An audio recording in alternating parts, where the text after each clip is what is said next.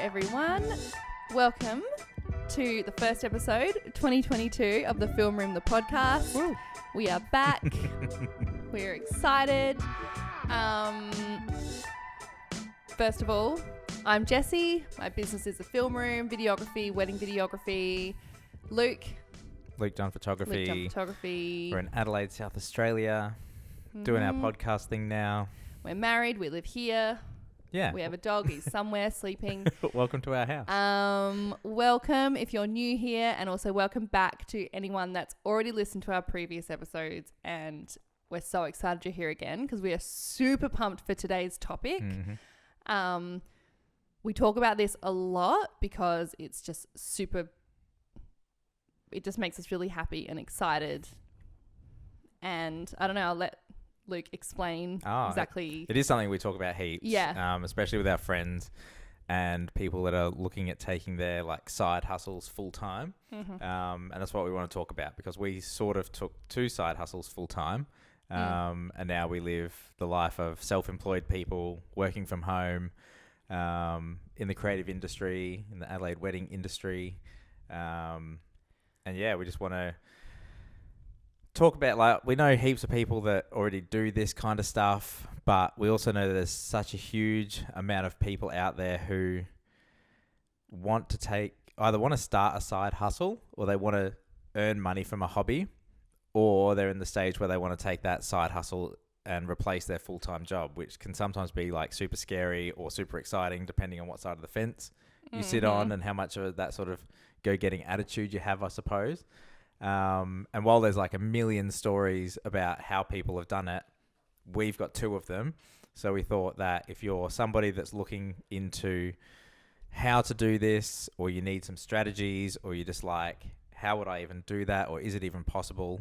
Obviously the answer from us is yes. Yeah. But we want to like tell you our story, talk about some strategies that we used and other strategies of people that we know that they have used, and also talk about some of the obstacles that we found along the way, or some common sort of themes that people say to us with like their objections of why they can't do it if they want to do it, and the sort of mindset that might help you get over some of that. So we just want to give you some food for thought, and encourage you to reach for the stars, go for your dreams, that kind of stuff. Yeah, literally.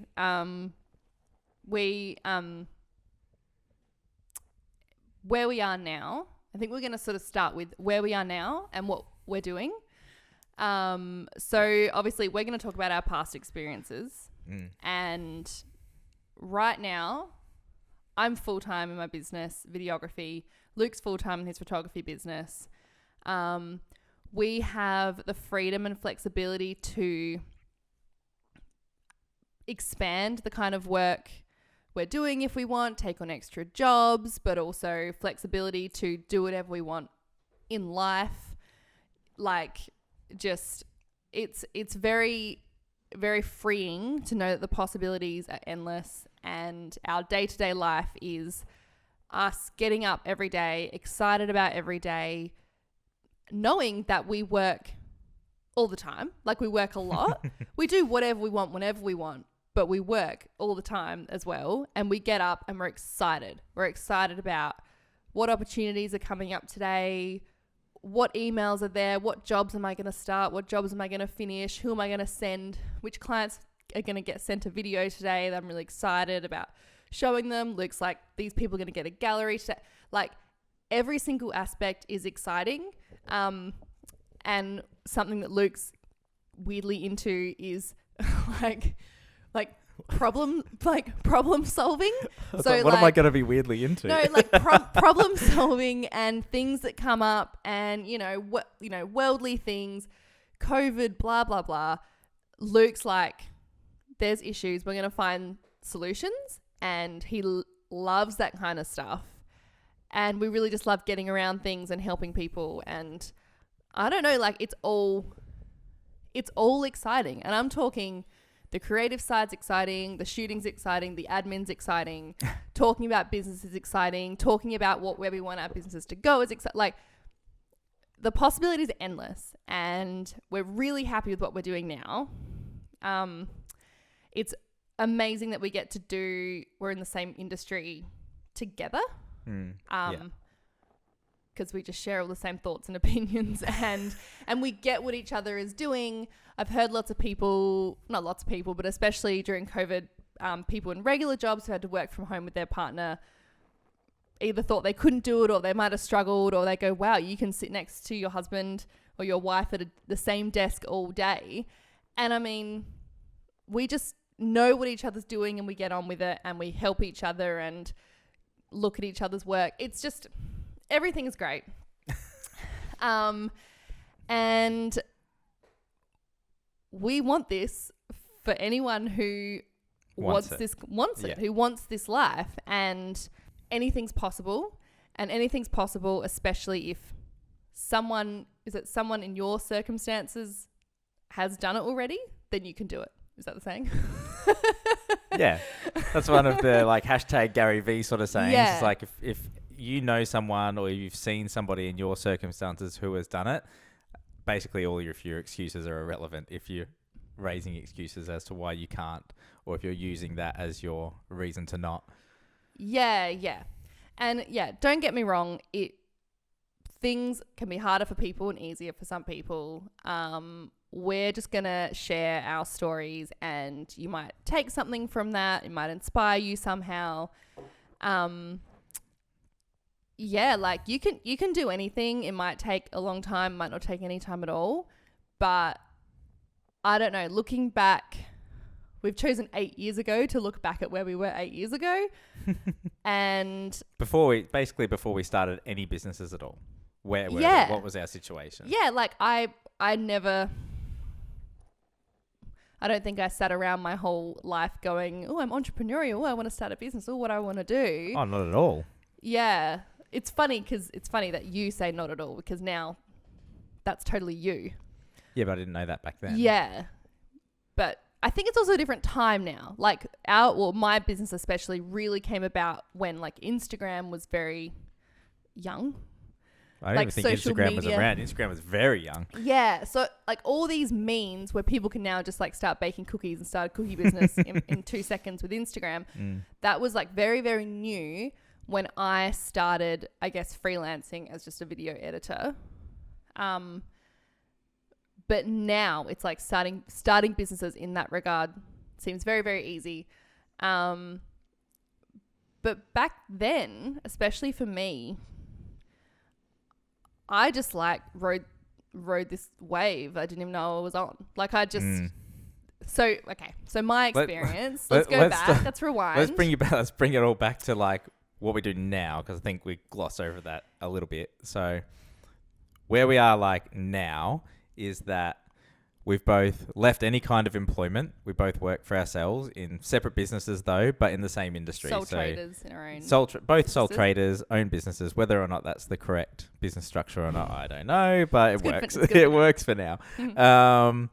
But basically, and I think you really glossed over this, the freedom to be able to do whatever we want, whenever we want, is amazing. Like, yes, we work full time and we're probably pulling more hours than in a normal full-time job. But when we don't have to answer to any workplace or boss or we actually have lots of bosses. It's like we have lots of little micro bosses, and they expect a product from us, obviously. But they don't manage us. And we have to get, but they're not in our office or in our home looking over our shoulder as we're doing it. Yeah. If we need a morning off, or we need to go to the vet, or we need to go and have coffee, or if we want to hit a winery in the afternoon or whatnot, we can do that if we so choose. We might have to pay that off with some work somewhere else, or work harder in the morning or the evening or on a different day. But if we want to work that schedule, we can do it to however we like. And compared to our friends and family who are in full-time jobs, and obviously we've both worked full-time before, we think that it's such an amazing, comforting feeling, we had our sick leave back then, we had our annual leave, but we have so many more days off now, I feel, than what we would do in a normal job. And on our terms. Yeah. And plus, it's different when we're like our own bosses and managing ourselves, because we can sit down and be like, this week's just huge. We've got so much on. We're going to work our butts off this week because next week we're not going to have much on the to-do list. You know, like we just get to manage our time and choose how we spend it. Super flexible. Are we going to talk about me first? Mine's a bit shorter. Let's tell the story from the beginning. So we rewind 8 years back to when there were no businesses at all. And so what happened was Jessie was a waitress at a local burger shop. we won't name any brands and any names and things, but she was a burger waitress studying at uni. I was studying film production. Yes. Wanted to be a screenwriter. Found out you really liked editing when you were at school. Yeah. I found out that I enjoyed editing and was told that I was good at it. Then I wanted to edit video. So I thought I need to shoot some video. So we bought our first camera. Yeah. This is probably the beginning of it all. I don't know what I thought I was going to film, but I guess I was doing projects for uni and stuff. Started shooting stuff, editing things. And then one day a friend asked Jessie to edit a wedding video, and she did. And then that was good. And then one friend asked for another one, and then another friend asked for another one, and then a family member got married, and suddenly there were 4 under your belt. And well, it was actually the second one I did was a paid job. And that was shocking to me. But it was a slowly, this was probably over a couple of years. It was very slow. Yeah, like 6 months to a year. But this was so early that we didn't even know. This was like, we didn't even know it would be a hobby. We didn't even know that it was going to be a thing until it was like, oh, people are starting to come to us and they want to pay money for this kind of thing. So we had to learn really quick because people were coming to the email list or whatever and or finding us on Facebook and saying, hey, how can I get one of these wedding videos? And we had to learn really quickly about business structures and tax and sort of basic things, all sorts of stuff. Registering a business name. Yeah, that's right. Websites. Well, we didn't have a website for a while because it's not that we didn't want to do it. I think we didn't know what it was. I don't know. But we're talking like, we're so green that I said to Jessie one time, like, I think she was telling me what date a wedding was on, and she knew the names of the couple, the date it was on, where it was, the whole lot, just off the top of her head. Oh, yeah. And I was like, have you got this written down anywhere? And she was like, no, I just remember. And I was like, how can you remember them all? And she's like, because there's only like 5. And I was like, no, we need some sort of a system to get all this down. And we figured that out, which we did do, because I knew that this was going to blow up. I knew that 5 was going to become 10 or 15 or 20, and you know, and then it goes on from there. But because we're talking about, we won't get too much into the business side of things because that's not really what we're doing. But basically what happened was we could see that it was going to grow. And I said to Jessie, you really need to focus on building this business and getting as much work as you can and putting out as much good work as you can. So I said to her, you know, I'm going to support us. I was in an entry-level government job at the time. Like, I wasn't on mega bucks by any means, but I was like, oh, you know, we'd moved from Brisbane to Adelaide and she was going to go and work at the same burger shop, which is a franchise here. And I said, no, you're not going back to a normal job. You're going to build this business. We're going to, you know. And we realized that there was obviously, that was the plan, but I also knew that I could quit that job and we could move to Adelaide and I would be fine, because by this point we were a couple of years in and somehow I'd built it up to sort of, I had enough work that I could spend all my time doing this job. Yes. And it wasn't like I didn't have time to do another job. It was like I could spend all my time doing this and put more and more time into the business to the point where it is full time. The amount of hours that another job would have taken away from you would have been so detrimental to the growth of the business that you could see where it was going, the business, and you didn't need to go and get another job. I was going to be able to support our basic financial needs for you to then build your business. It was a interesting time as well because wedding videos, they seemed up and coming, like good wedding videos. Wedding videos have been around forever, but the cool new trendy ones that people share on their Facebook and Instagram and whatnot, they were just becoming a thing. They were slowly becoming the thing that you get, and they were getting better. Yeah. It was up and coming, and then my business was starting, and it's almost like I got busier with how more common having a wedding video was. Does that make sense? I went up with it. I think I see what you're trying to say. It was just yes, I just thought it was wedding videos have become very popular over time. But now they seem like, you're getting married, who's your videographer? Whereas back then, it was, are you having one? It is for you, know what I mean? because you are a videographer. So 100% of your clients have got a wedding video. Whereas from a photographer point of view, if I go to a wedding, I don't always work with a videographer. So I think you're seeing it through that sort of lens where fair. you think not everyone is still having a videographer. It's still like, yes, it's more mainstream, but. True. So we had some amazing clients who we caught up with after, and they were like, I just think you need a website. And it was funny because it's like, duh.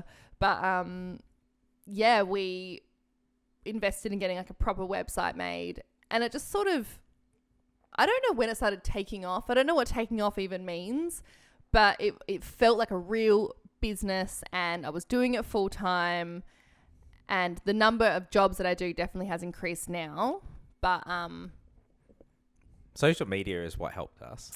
Yeah. To actually launch it and to absolutely. get awareness around it. Because now that social media exists, you can create something and then have random people see it. Yeah. Whereas that was so much harder before the internet became a thing, before Facebook was a thing, before Instagram was a thing, because you would have had to have paid however many thousands of dollars a television ad was. You would have had to rely solely on word of mouth, or putting ads in papers, or dropping letterbox flyers off, and you wouldn't know how to reach out to people who were actually engaged. Like, we do have a social media. Actually, I have heard episode. We do have a whole social media podcast. Yeah. So you can. We won't go too far into that. But anyway, your business grew because you worked on it. And because you had that sort of, in your circumstance, you had that freedom just to work day in, day out on the business. And potential. Without even limitless. having to do well. Yeah. Like, it didn't have to do well week to week. We didn't need my job to pay the bills. No. It was just building it up for the future, which is where we are now. Yeah. So meanwhile, while Jessie is starting to really take off in videography, I'm starting to pick up and learn how to do photos. And that became sort of my hobby on the side of my job. So I'd do family shoots for people. You know, we'd take some pets out every now and then, take photos of pets, and I'd go for like photography walks, or I'd join photography groups and stuff, and it was fun. Then I started going to the weddings with Jessie as well, and I'd take a couple of wedding photos. A couple of the photographers were amazing. Let me take a couple of photos for our social media. And then suddenly... Some behind the scenes sort of stuff. Behind the scenes, sort of off the side shots. And then people started paying me to do weddings. So because I was working full time, I would only take on, a handful of jobs. And that was good, but I turned away so much work because I wasn't able to fit it all in with a full-time job. Yeah. But it became obvious really quickly that if I wanted to, I would be able to flip it pretty much at any time. Maybe not any time, but like it was building to the point where if I needed it to, it could be used as a alternative full-time option. Yeah. So it got to the point where we made a decision that it was going to happen. Mm-hmm. And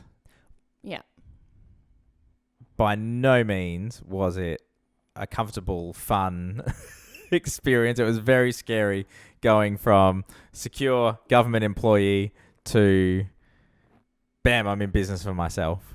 I wasn't that scared about it. So this is... I remember a few I'm sure we had some moments, but I was very, very confident in Luke's ability to do it because I don't know if I could have built my business all by myself. Like I probably would have been like, oh no, I need to stay in my waitress job, you know, like, but I reckon Luke was a bit like, no, this is how social media works. This is how this works. This is how business works. You can do this. Like Luke's mindset from the beginning helped me do what I did. So when he was thinking about doing it, I'm like, well, there's no one better. So Thanks. and then I got a little bit weirdly giddy about like, if Luke was working for himself, the everyday joy that I got of like the freedom of doing my own business, it was going to be that plus, but we actually have to get up and work and try and continue building our life. Like I got really excited about the actually endless potential and being able to build our life together, which you can do in a normal job. You can be excited and get up and go to work, but sometimes there's not as many future prospects, you know, you can't, maybe you're not always going to get a promotion or whatever, like where are you going to go from there? But I just felt really excited about what Luke was going to do if he had the time. And like when you talk about a full-time job at 80 hours a fortnight, when you get that 80 hours back to work on a job that's already like, well, you're probably not earning the same amount of money in a side hustle, or you know, it could be substantially less, or it could be close. But as soon as you get that 80 hours a fortnight back, 40 hours a week, that's a crap load of time that you can now invest into your business. Don't have to travel to work every day. Like I was traveling half an hour each way to an hour each day, depending on the time. But, you know, so in some cases I got back 2 hours a day just in travel. That's not even including the work time. It comes down to, but it's like, what is your time worth? You know, like what could you be doing better with that time as well? So I wanted to talk about some of the strategies that we sort of went through while we were making all the transitions happen. So because Jessie was doing so well and I was sort of building this hobby on the side, I just decided to save everything that I earned from photography. And that ended up becoming just a bank of money that we had sitting there that we didn't have to spend.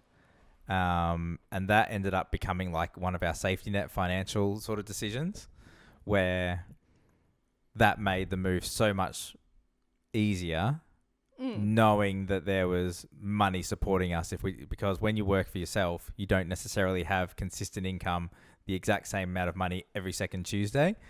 It's, you know, a winter where no money comes in or very small amount of money comes in. Especially like in the wedding industry, for sure. Especially like in the wedding industry. Winter is you store up for the winter. Yeah. So we needed to store up for the winter as well as inconsistent income, even in the good times, because, you know, this was going to be your first year or whatever full time. You wanted to be comfortable. Yeah. And we knew that it would be like, you know, it's I don't know if you call it a slow start, but it's like a rising start. Like you're not at full throttle yet. You're just building. Yeah. And you need that extra, or we needed that extra bit behind us to make the transition a bit smoother. One of the other things that I think is like a major strategy that people can employ if they're looking at getting that side hustle to move to a full-time role is, I might pop a disclaimer in because we're not accountants or financial advisors, so this isn't financial advice.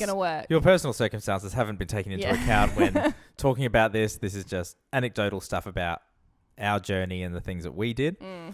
But we really assessed all of our finances and figured out the lowest level that we could afford to live at under our means. Yeah. You know, there's so many people that live to the brink of their means. So like, you know, you've got those golden handcuffs on. You have to earn a certain wage every week to meet all of your bills and your lifestyle. You know, we really drilled that down to what's the bare minimum that we can survive on, and then saved all the rest. Yeah. And we just whacked that all in savings. And if people don't know they're living to their means or in the golden handcuffs or whatever, that can make it scary, because they may want to do this. They may have big dreams and goals, but they might be scared about most likely or potentially taking a bit of a pay cut, even if it's for a short period of time. And that can be scary, and that can help make people put it off. So I knew that when I was going through that transition phase and moving from full-time employment on top of side hustle to just, let's see if this thing works, I knew that straight away there's a very high likelihood that it was pay cut land. Yeah, and you just have to be okay with that. You have to be mentally prepared for that. Definitely year one was like very high likelihood. We weren't particularly stressed about potentially taking a pay cut or whatever, because we were prepared, but we also knew what we were doing it for. Like, we could see the end game. We're really confident the business was going to do well. We definitely had a lot of discussions about, you know, if it was a good idea. We always talked about worst case scenario. What is a worst case scenario? And honestly, I listened to a couple of podcasts which really helped, and I was like, that's so true. Like, some people were like, I was thinking that my worst case scenario is my life right now. You know? The old way. Yeah. Is that what you mean? Like where they were? Yeah. That's what, like, I've heard other people said that, and I said to Luke, they're like, I should make this jump because worst case scenario is coming back to this spot right here if this doesn't work. Which is like normally a very safe, comfortable, fine spot. So it's just, I think you're talking to someone there who really loathes what they do day to day. They're stuck in a 9 to 5 that they really dislike or hate. Mm-hmm. They dread Monday. They're so excited for the weekend, and then you're on that rotation forever. Yeah. And it just drills at you, but you can't get out because you need to earn the amount of money out of this career that you've been in for 10, 20, 15 years, whatever. And we think about a lot, like looking forward and going, okay, this might be a little bit uncomfortable for a short period of time. And the reason that people find it hard to take the leap to do this is because, and I've heard this a lot, people choosing what they want now over what they want most. It's so good. Which is just amazing, because so many people, and I don't just mean people that want to quit their jobs and start another business, there's lots of things that people dream of and want to do. And I honestly only know very few people who have achieved these big goals. I think it's funny because like people go, but you don't understand, like I have to earn this amount of money, like I want all of those things that I get day to day, whether it's going out for dinner or whether it's getting pedicures, I don't know, buying clothes and delayed gratification. Okay. Delayed gratification. As in, like, but they will get, yes. And then going back to what you're saying. Well, so there's a book. It's called The Richest Man in Babylon, and it's so interesting. It's written in such an old-fashioned way, but I found it so fascinating because there's a section of the book where there's a guy giving like a lecture, and he says, "Who here has an empty purse?" It's like very old-fashioned sort of words, and everybody in the crowd puts their hand up because they're all there for a lesson on how to, I guess, get rich or make their finances or life a bit more comfortable. And everyone puts their hand up, and he says, "But you're a baker, and you're a builder, and you're a lawyer, and you're a politician, and all these people are so in such different life circumstances, but they're all crying poor. They're all saying, but we all don't have any money." Yeah. And it's like, how can you all have all these different jobs with all these different pay scales, and yet you all have no money? And it's because everybody lives to their means. Yeah. And if you can manage to live below your means and save that extra money, it's that unlock that lets you out if you need it. Yeah. It can support you. It can be a supplement income when you are building a business. There's just so much value there in living below your means and using that to your advantage. Yeah. So, yeah, it shouldn't. If you can cut down your living expenses, there's no excuse, sort of thing. I think people think they can't, but they can. Yeah. Oh, everyone. Okay, not everyone. Most people could. I could cancel a subscription or two. Buy like, takeaway seriously, coffee or less. yeah. Yeah. And some people really, really do. Stop eating avocado on toast. Like, no, we don't believe that here. So, yeah, I find that's a huge one because guaranteed the number one reason people are scared to make this leap is financial. Yeah. And totally valid. You might have kids, you might, have responsibilities, like it's totally fine. But again, if somebody in your circumstances has done it, yeah, and just think about, what's gonna make you happy. What do you want to do with your one life, and also you can give things a go and go back to where you are right now as well. Totally fine to do. I want to talk as well about, I don't know if it probably is a saying, but it's like, what you do 5 to 9 will help you leave your 9 to 5. Mm-hmm. So there's so much time in an evening. I don't know your individual personal circumstances, but if you really wanted it and you can find the time, there's time from when you get home or just after you get home all evening to work half an hour, 4 hours, whatever it is you can put in to doing anything to progress your side hustle. Yeah. To make dents. Obviously the more hours you can put in that you've got there available to you, the faster it's all going to happen. But surely there's time there for everybody that they can utilize rather than sitting in front of Netflix, watching a movie, playing computer games, texting, scrolling Instagram, looking at reels on TikTok, etc. And you definitely did this because I know lots of people who maybe photographers and have other jobs and they are just editing. I lived it for after years. Hours. Yeah. So I think there was a period there where we felt like you were doing two full-time jobs. And maybe that was the moment we were like, oh, you got 2 full-time jobs. Yeah. And it was easy. Pick one. Yeah. It was like, yeah. It was like very obvious that photography was going to be easy to step into. And can I add, because we didn't actually explain this before, I made that leap mid-pandemic. And there's so many people along the way who thought I was crazy. You're leaving your secure government job with reliable pay that will be here forever and ever and during ever. A time when you actually could keep your job. During a time when other people are losing their jobs. Yeah. Tourism industries are going out of business. Like secure places are going out of business. Airline, and you're leaving to go into business for yourself in a creative industry when weddings are a bit, don't know. This is leading into 2 thoughts. The first one being, if you're worried about running your own business, being your own boss, the stresses of the security of that job, you could be working for another boss and they are only human and something could happen to them and their business, in which case your job is actually no longer secure.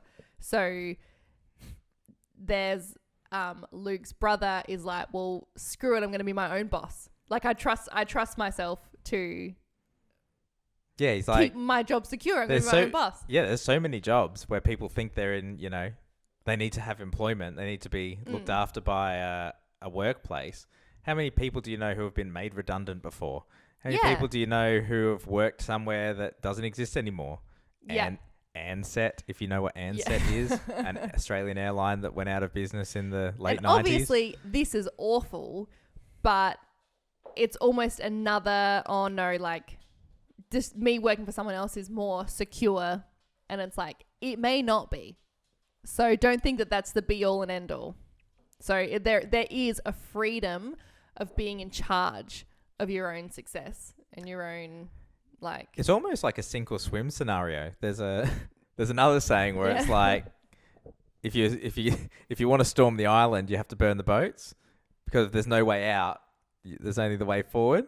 Yeah, okay. It's like, it's kind of a, it's a bit of a mindset thing. So it's kind of like a sink or swim. It's like, when your only option is to swim, you're going to swim. It's going to happen. And while we're on quotes that we love, I have to quote our favourite, Katie, Little Lindop Flower Farm. I actually, before we even met her, I read a bit about her story, and there's we did this in a bit more of a little bit more planned, prepared way. And Katie was, with her floristry business, was very much a jump in and like ask questions later or whatever that is. So good. Super inspiring. But she said, and I think about this all the time, especially when we were like discussing if Luke should go full time. It was, she jumped off a cliff and built her plane on the way down, which we just love, because it is it's a sink or swim. It's a fly or die. It was literally, I'm throwing myself into this situation and I will figure it out. There's no choices. And also, if it does fail, that is okay. You can go and find something else. But the thing is, like, if you almost give yourself no choice, you're going to succeed. Yeah. Well, I remember you telling me about that. And I think we were in America, and Jessie was just like, I've just found this girl on Facebook and she's amazing. Listen to this thing that she said. And I was like, yeah, got to meet her. So, and now we're great friends, and she's actually one of our people who we go to and we love, like, just chatting business. You get that sort of motivation, that energy, that refill, and one of the things we wanted to talk about was, like, there are so many people that are going to throw obstructions at you, excuses, things, reasons why it won't work, reasons why you shouldn't do it, reasons why you shouldn't give it a go. Mm-hmm. And I've been thinking about it for so long, and I cannot figure out why, when you go to someone or go to anyone with an idea about something that you think would be fun to do or a great idea to do, why people turn around and say that won't work because. I think people are scared of what they don't understand. I don't know what it is. Whether they're trying to protect people or... There is a bit of that, because you'll find people that are close to you might be like, have you thought this through? Is this the safest option or whatever? And it can be given with love. Some people are a bit negative just because they don't really know the ins and outs of what you want to do, and they're a bit scared, and to them it feels really foreign, and to them it feels like something they wouldn't want to do, and that's fine. There's many people do not want to run their own business or quit their jobs or whatever. What I found really interesting is that every time I discussed, should Luke be a full-time photographer, it was always with full-time photographers and ones who had mortgages, they had multiple kids who were in school, they, they were doing things, they had responsibilities, and all of them were like, yes, he'd be crazy not to. And it was the people who weren't in any sort of industry like ours, weren't really creatives, didn't work for themselves, who always had the questions and the concerns and talked about the obstacles. And that was just like such a clear sign of people who were doing it as saying, you'd be crazy not to. I'm doing it and I've succeeded. And like, what more proof do you need that it wasn't worth giving a go? I'm sure some people have tried and failed, and that is totally fine. But everyone that I spoke to they also sort of knew Luke and thought he would do well, I reckon, which is helpful. Are you going to talk about obstacles and paths and stuff? Obstacles and paths. Yeah, it's funny because I saw Simon Sinek did a little speech the other day, and he was like, some people can only see the path and some people can only see the obstacles that will stop you getting there. Mm-hmm. And he gave the example of like, he said, the human mind can't not think of something. So don't think of an elephant. You're thinking of an elephant. And then he says, if you are a skier and you've got a path and you say, don't hit the trees, all that skier is looking at is trees. Tree. But if you say, just follow the path, they'll just follow the path. Mm-hmm. And the moral of it all is some people really just see the obstructions and other people just focus on how to get there. And it's like, it's so true when you have literally sat in two different groups and had the same conversation, and one group says, yes, this is amazing, I love what you're doing, how can we do it better or more of it? And in another group, they say, what are you doing? That's crazy. You can't do it because there's all these other things you haven't thought of. What if we go into a recession? What if no one comes and, hires you? What if you run out of money? Like, there's so many objections. There's so many things that people have thrown at us that, questions and... Yeah. I call them objections because of a sales background, but they worry, I think. They worry about problems that might come up rather than just focusing on solutions, which are often very easy. Yeah.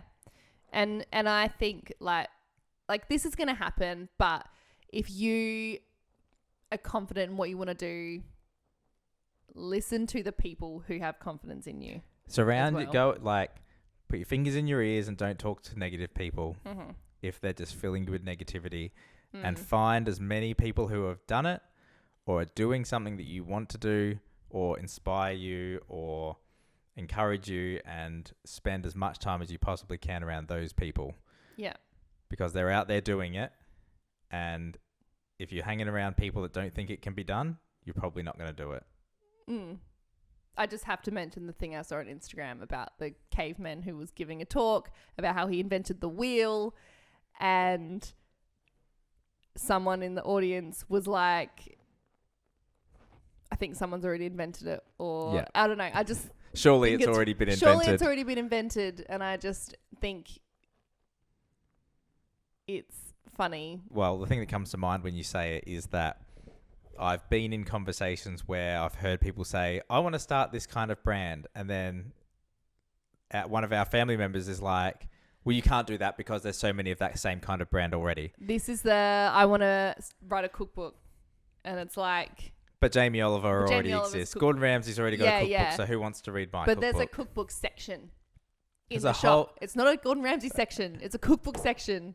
Well, the thing that comes to mind when you say it is that I've been in conversations where I've heard people say, I want to start this kind of brand. And then one of our family members is like, well, you can't do that because there's so many of that same kind of brand already. This is I want to write a cookbook. And it's like... But Jamie Oliver already exists. Gordon Ramsay's already got a cookbook, so who wants to read my cookbook? But there's a cookbook section in the shop. It's not a Gordon Ramsay section. It's a cookbook section. I don't know. Anyway. This is something that I've been talking about this for years. I forgot about that. Yeah. I actually we were in a bookstore, and I went to the cooking section, and I was like, look at all of these different cooks, and not one of them, all of these authors, not one of them has gone, well, Jamie Oliver exists, so what am I doing cooking, writing my cookbook?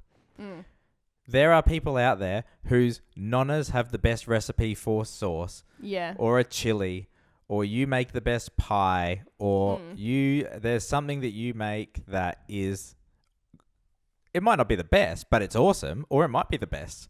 And if you can make that something that people want to know about, you can sell it and you can make money.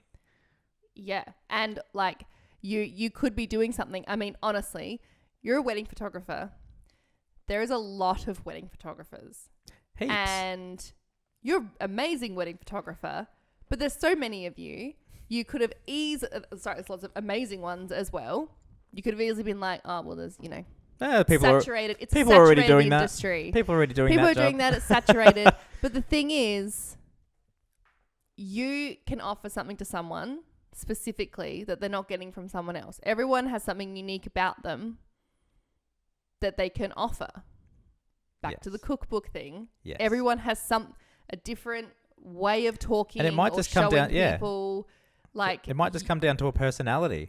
Yeah, I like this person. Yeah, I watched a video on it, and I trust that person. I relate to this person. Yes. I find them entertaining. Like, it's just I think anything like it's been done is no longer an excuse. Well, somebody is already out there doing it, so there's no room for me. Yeah. Oh, Yeah. Yeah, no. it makes my blood boil. Yeah. So there, what we're saying is there is a space for you. So let's say you're past the financials, you're past the fear, but now it might be like, oh, what if I'm not successful? And it's like, no, there's actually a space for you. Yeah. Trust me.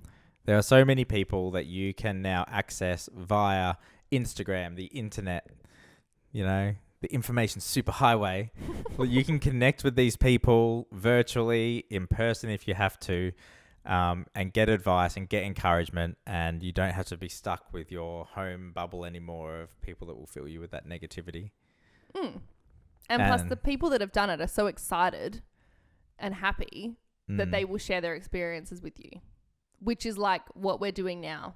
Yeah. Like welcome to the podcast where we hand out all of our information. We are not on a yacht in Greece 24/7, but we've never been on a yacht in Greece 1 minute. But we cannot believe every day that we get to wake up to no alarm if we don't want. Get up, walk our dog, have coffee, go and sit at our computers in our home and work doing exactly what we want, exactly how we want to do it. And there's enough of this work that it takes up all our time, so we've got no time for the yacht in Greece.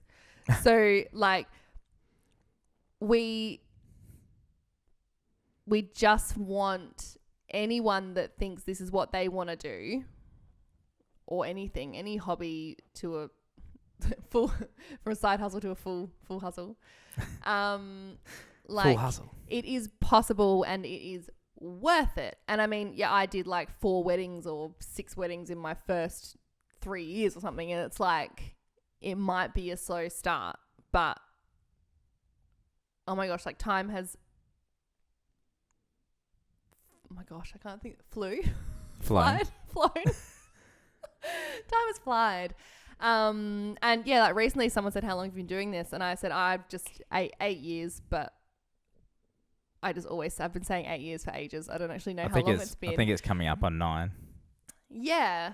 And every day I'm still going, how can I make my business better? How can I make my product better? How can I do better by my clients? What can I do that's different to everyone? Like, yeah, well, we were talking today, like once you go into business for yourself, almost the sky is the limit. Yes. Or like sometimes, definitely in my case, the earning potential for me, even just like doing all of the hands-on job myself and not outsourcing anything, the earning potential is still more than the professional job that I used to have.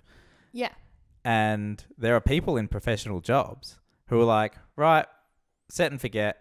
I'm at, this earning stage, and and it's good. This is my life. I can just roll up, cruise along. And if that's what you want to do, I don't want to say that that's the wrong way to do things.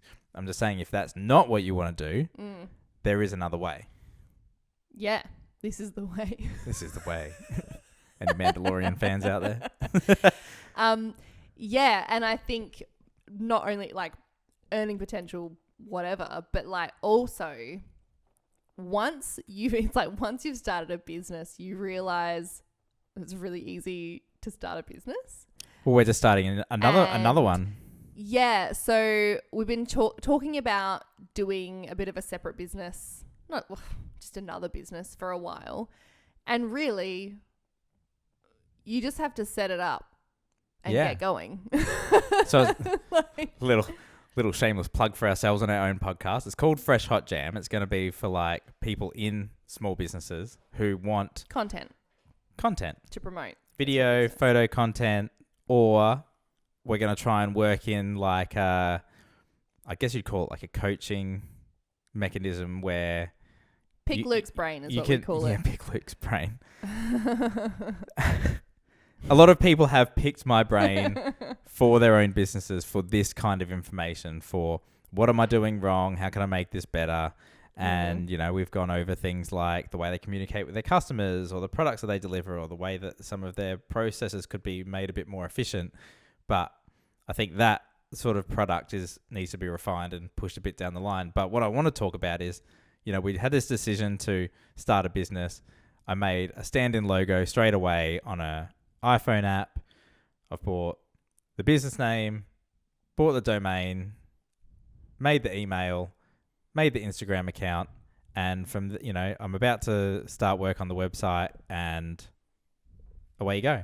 For less than like $1,000, you can start a business. Yeah, and also you can start with almost nothing. Like Luke wasn't like, oh, I need like 50 shoots behind me and all this content so I can like smash Instagram and have, a million posts. Luke put one post up. He was like, this is a business we're starting. Yeah, and then that was it for a bit. And then if you listen to our social media podcast, Document, Don't Create, it's just, we are starting a business. Here's the starting area. These are our dreams of where we want to take it. And I have no content yet. Or here's some content, that I have done that is going to be the kind of thing that we do. It's not 100% perfect yet. It will be at some point. But at the moment, I've got content of some description to put up there to show people what we're going to do. Yeah. It's like I love seeing when people are building a coffee shop that doesn't exist yet. I love like the finding... before and afters. Well, I love finding the, hi, we're building this coffee shop. It will open in July this year. Follow along. Here's the gutted shop. Yeah. That isn't open. You haven't sold a single coffee. You probably 100, 200 grand in debt because you just bought this like brick and mortar place and have to renovate it. Yeah. You can put content up. You don't have to wait for the perfect coffee to be poured. Yeah. Your content can be the work in progress. And this is I'm getting so into social media now. But this is actually sort of good advice for if you think maybe in 10 years I would love to do my own thing full time, but right now I need to do whatever I'm currently doing and I want a 5 to 9 job. And it's start sharing what you're doing from the beginning. Anyway, that's a bit more of a social media thing. Getting into a whole other topic. But I think that's good because you never know. You build it up in the background and then one day you're ready to quit and your coffee shop is going. Like, I don't know. I just... Do we have other... I'm spent, I think. Yeah, no, I think we just really wanted to share our experience and our mindset about the whole thing. And look, I'm sure it is hard for some people, but it is possible. And I don't know, we're just, whatever we did to get here, we're really, really happy with where we are now. And yeah, like I'm sure there's people there's people that I thought were full-time, like creatives in the wedding industry who aren't. And I'm always like, sorry, that's just our and I'm always like really surprised. And I want to inspire those people to be like, I already thought you were full-time. Like you're out there. You could be, This is them or... Because I had someone say that to me. We've got like 1 minute to wrap this up. That's right. Yeah. People thought Luke was full-time when he wasn't, just because he was out there. He was promoting himself. He was networking. They were just seeing my content regularly. Yeah. And I was making a small amount of content look like a lot of content because I just, I didn't worry that people had seen it before. I just put it up again. Yeah. You just do whatever you got to do. Yeah. So... if you guys want to hear us talk about this at all anymore, feel free to ask us questions on our Instagram. We would love for you to send us questions about what you want to... We want to make it as relevant to the listeners as possible. We want to tell you what you want to know. Yeah. Or at least give it to you from our perspective. Yeah, and be as helpful as possible because, we love talking to people about this stuff. But cool. I think we'll leave it there because... We've got about 30 seconds before the cameras turn themselves off. But yeah, that was how we... I don't know, I guess, quit our jobs and went full time in our businesses. And here we are. So that was our journey. And if you're looking at either starting a hobby, a side hustle, or making that side hustle bigger or going full time, we hope that helped.